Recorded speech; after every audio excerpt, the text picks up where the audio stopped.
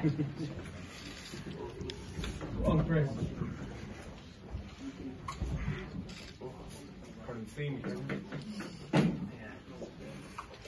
All right, ladies and gentlemen, first off, amazing night. Congratulations to the new champion, bringing a belt back to Bournemouth.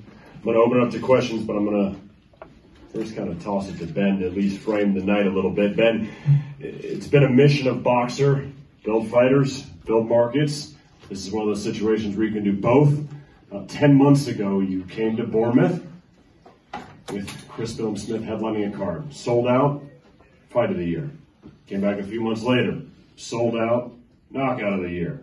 Now you come, and now you've helped, been a part of bringing a world championship fight to Bournemouth. I feel like you couldn't even script it. Very late. It's very late.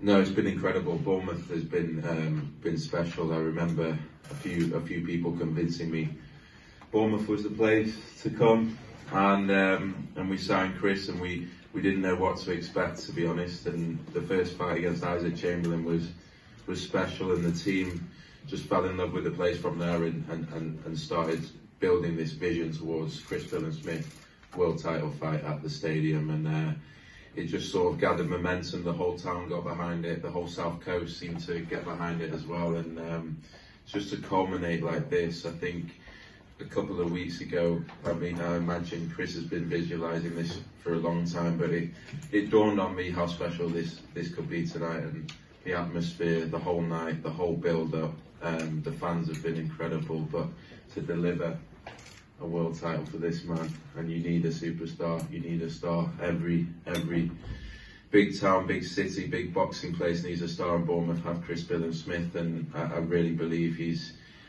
provided one of the most memorable nights the South Coast will ever see, but also hopefully created a legacy for boxing on the South Coast, because it just doesn't get a lot of love, and Saturday tonight was incredible. Sure, it's been a pleasure, of course, working with Chris and seeing the amount of support that Bournemouth has embraced with boxing, and embraced the show, and embraced the lights and everything, and tonight was a really, really special moment, huh?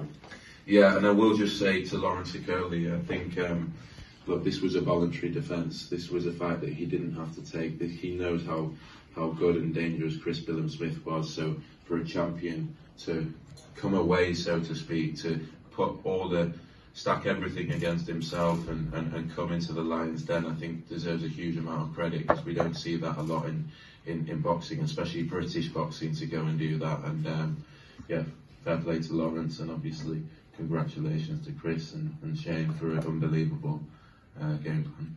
Now, Chris, I'm going to come to you, and I'm just going to ask you a simple question. How does it feel? Comments? Yeah. I haven't really got the words at the moment, to be honest. It's everything's quite sunk in. It was a grueling fight, you know, physical, pretty tough. I've been pretty ill this week, and didn't rehydrate as much, go as heavy as I normally do, so the energy levels were a bit low in there. But Shane came out of a game plan, as always, and the game plan was to stay safe early on, the first 3 rounds, and you know, a lot of people probably thought at that point that I bottled it, but we knew the game plan, and then just start pushing, and we knew we'd find the shots. As I said in the build-up, you would find the shots, and obviously that 4th round found the shot that sort of changed the momentum of the fight, and from then on I knew I could do enough to just keep going, even with the energy feeling quite low. But yeah, it's crazy. I can't believe it. You know, Shane took me on in 2017, and here we are. Just literally, it was. I think I joined the first week of June, so we're 6 years on now, and within 6 years we've turned me from a very raw fighter to world champion, and I owe so much to Shane and the McGuigan family. Many people along the way have helped me, but that family has been just so good to me, and you know, they're part of my family now, and I'm very grateful to have them as my team. Shane, earlier this week you said if you could see Chris hoist a world title above his head, that would be one of the proudest moments of your career. So, What do you think? I've got two of my former fighters here, Luke Campbell and George Grove, and obviously Lawrence Okolie. So you know, they're better at fighting than me. But it is my proudest moment. I'm not going to lie. It's the biggest win for us. I met Chris through sparring with George Groves. George Groves won his world title on May the 27th, and this is the same day, outdoors, on Sky Sports. Different promoter. Thank you, Ben, for believing. And it just felt like the stars were aligned. He's worked so hard. He came in my gym in 2015. We started working in 2017, and in 2023 he's become world champion. So he looks for 1%. He looks for those little extra add-ons, and the most important thing is he believes in himself, he believes in his team, he believes in strategy, and he's proved it. Open up to questions. Chris, you said you were ill in the week. They're part of my family now, and I'm very grateful to have them as my team. Shane, earlier this week you said if you could see Chris hoist a world title above his head, that would be one of the proudest moments of your career. So, what do you think? I've got two of my former fighters here, Luke Campbell and George Grove, and obviously Lawrence Okolie. So you know, they're better at fighting than me. But it is my proudest moment. I'm not going to lie. It's the biggest win for us. I met Chris through sparring with George Groves. George Groves won his world title on May the 27th, and this is the same day, outdoors, on Sky Sports. Different promoter. Thank you, Ben, for believing. And it just felt like the stars were aligned. He's worked so hard. He came in my gym in 2015. We started working in 2017, and in 2023 he's become world champion. So he looks for 1%. He looks for those little extra add-ons, and the most important thing is he believes in himself, he believes in his team, he believes in strategy, and he's proved it. Open up to questions. Chris, you said you were ill in the week. How bad was it, and would it ever even get to a point where you might have to pull out? No, I was never putting out this fight. There's not a You chance. might not, but I was looking at it. Yeah. It's not one we could reschedule. Yeah, but I'm not letting 15,000 people down. No way. I was getting in that ring. I had sickness diarrhea on Tuesday. Wake up Tuesday morning. All the training had been done, but I was pretty ill. Got a bug. Tried to sort of fasted for about 24 hours to try and get rid of it, and then ate a little bit, and then just carried on till Thursday. So it's hard to. I mean, making weight was easy, but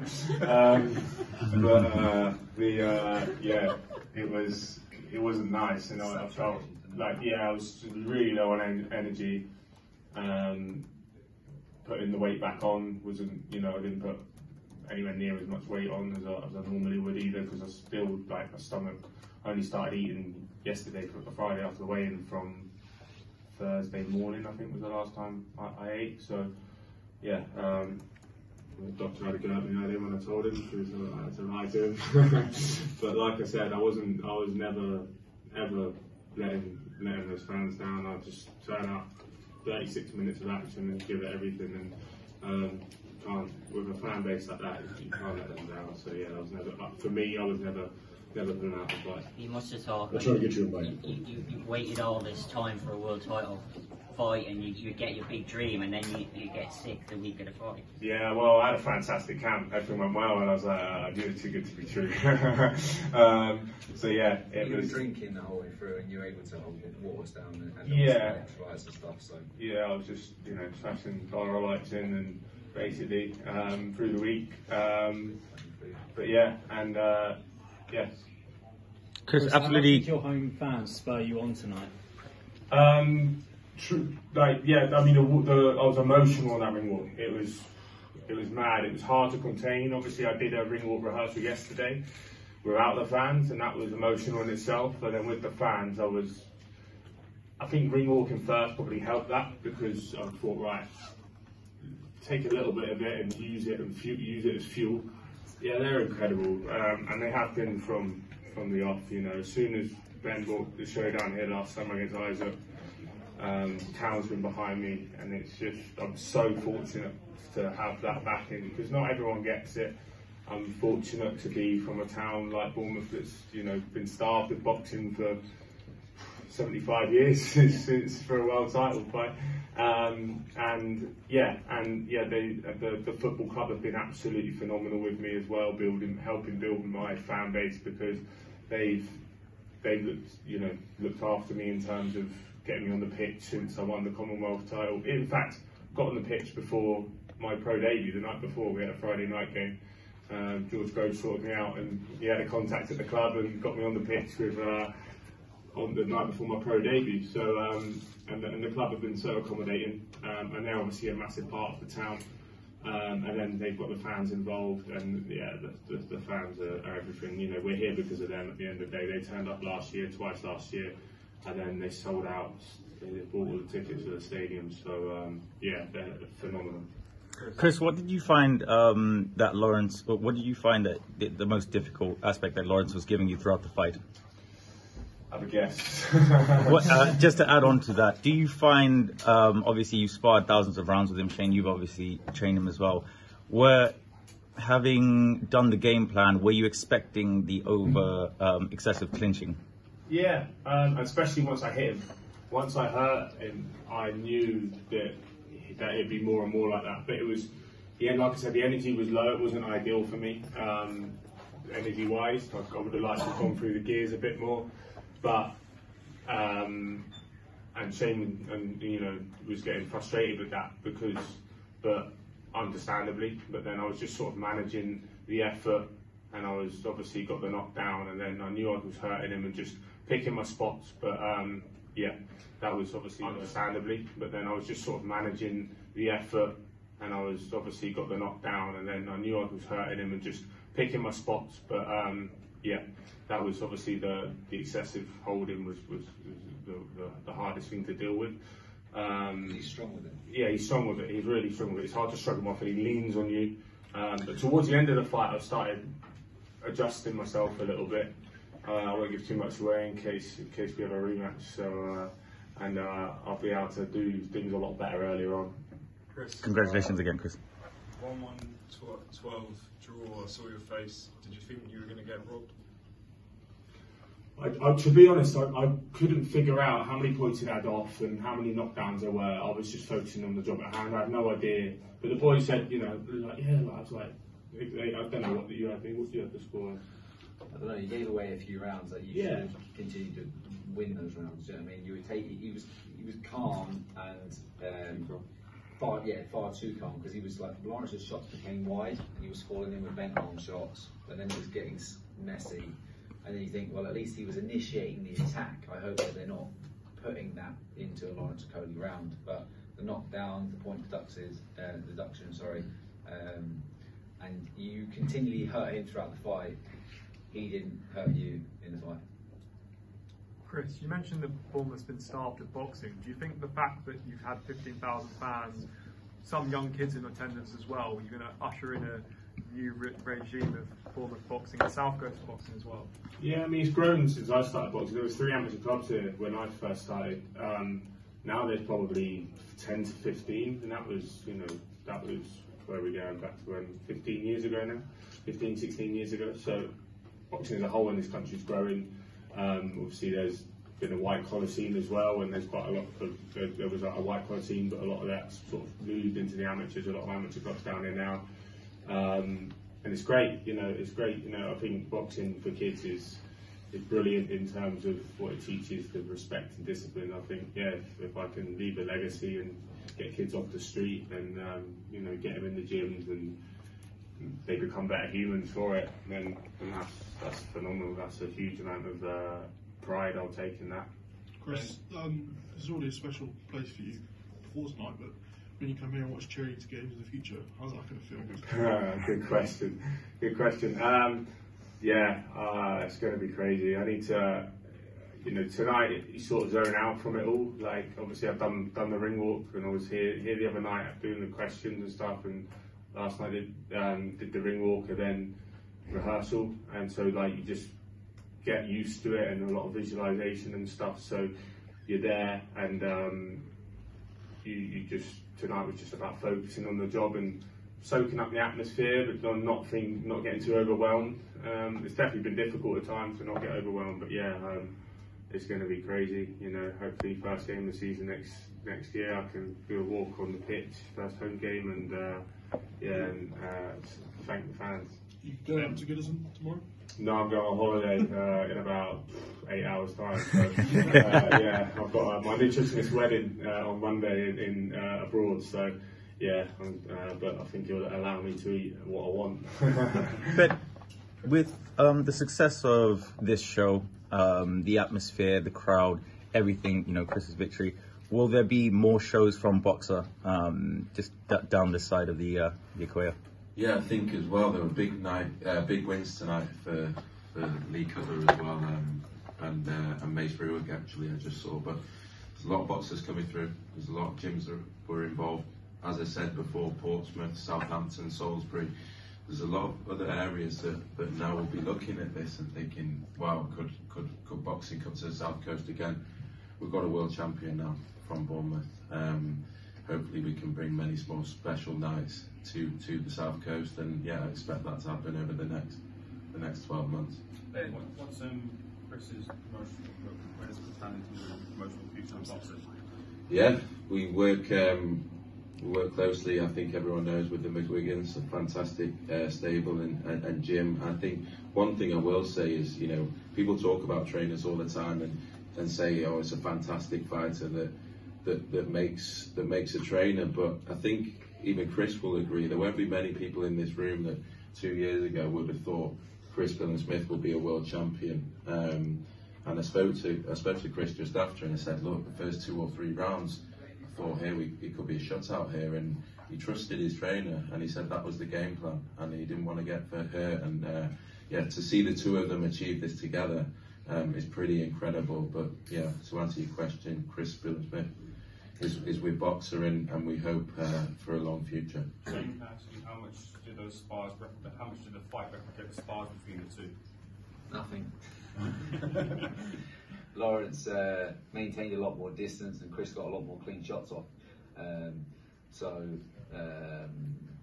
But you were able to transfer into the fight. Lawrence is a little bit impatient in the fights, and that's what you see quite a lot. He's a lot more patient in sparring. He's a lot harder in sparring. Do you know what I mean? A lot harder to figure out. But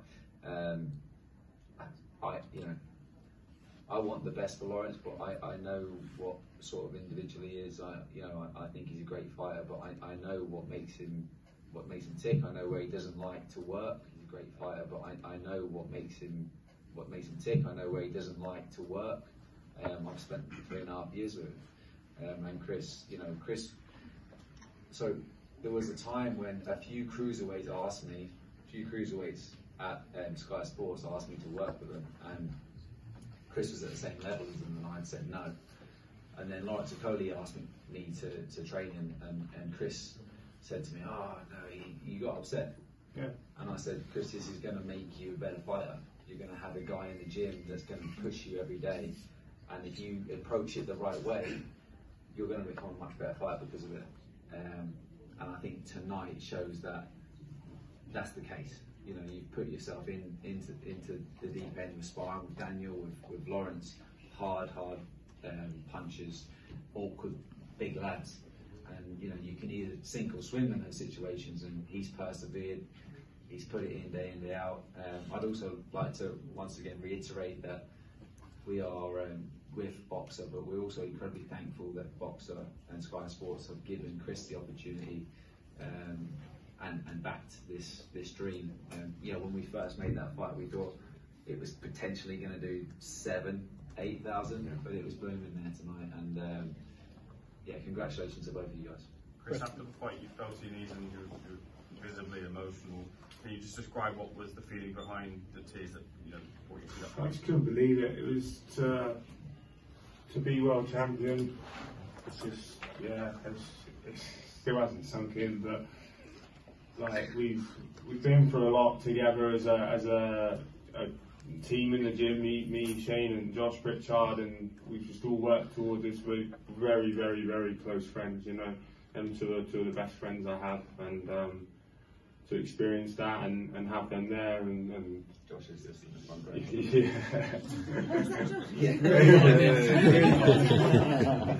He's that's his cherry bear over here, and the cherries, and it was just, I couldn't believe it. It was just, I just didn't know.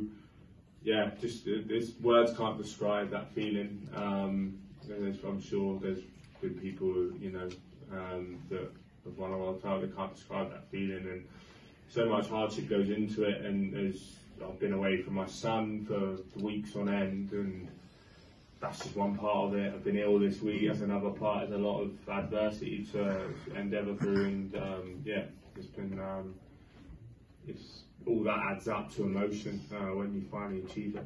Chris, who would you like next, and how do you think you measure up against the other champions, in particular Opataya, who's quite vocal about saying he's the #1 in the division? Yeah, I appreciate everyone wants to look forward, but tonight I'm just going to politely decline your question and just enjoy the moment.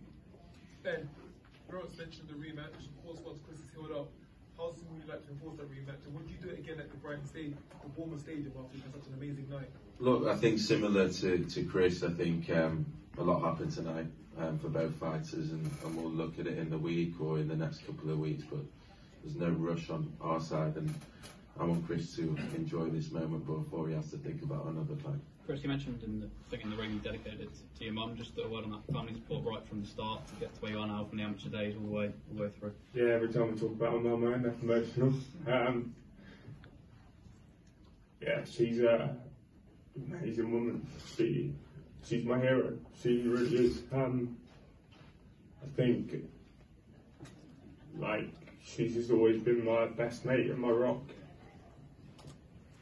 And we found out probably 6 weeks ago that she's got breast cancer. Thankfully, it's a small lump, and she had it before about 25 years ago. Had a mastectomy, so she's having another mastectomy in about 2 weeks' time. I just wanted to dedicate that to her because she's fought it off once. She had a stroke a couple of years ago. She's got through that, and now she's fighting it again. So that's obviously where I get my fighting spirit from. And she's an amazing woman.